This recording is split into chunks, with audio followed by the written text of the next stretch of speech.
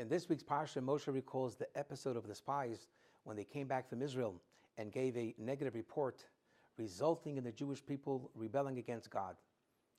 Moshe relates a new detail to the story. And he says that the Jewish people said that the reason why God took us out of Egypt and wants to bring us into this land is because God hates us and he wants us to get annihilated.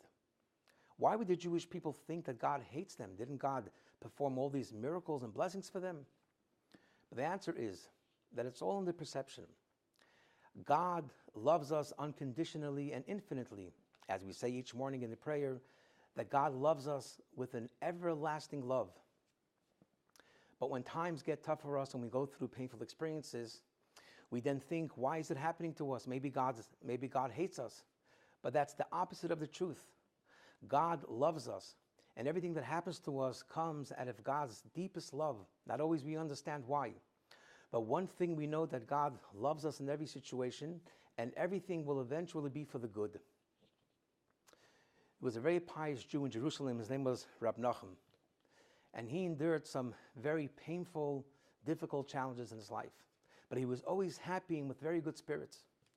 And when asked, how do you maintain your happiness in the face of all your challenges, he would say that if you walk in the street and someone strikes you on the back and you turn around and you see a stranger, you would then get very angry.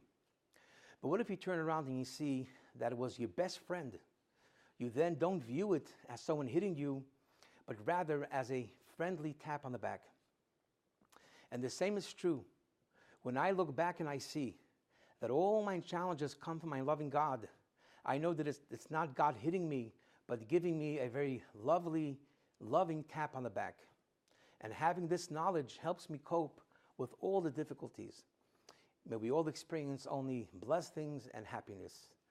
Have a very good Shabbos.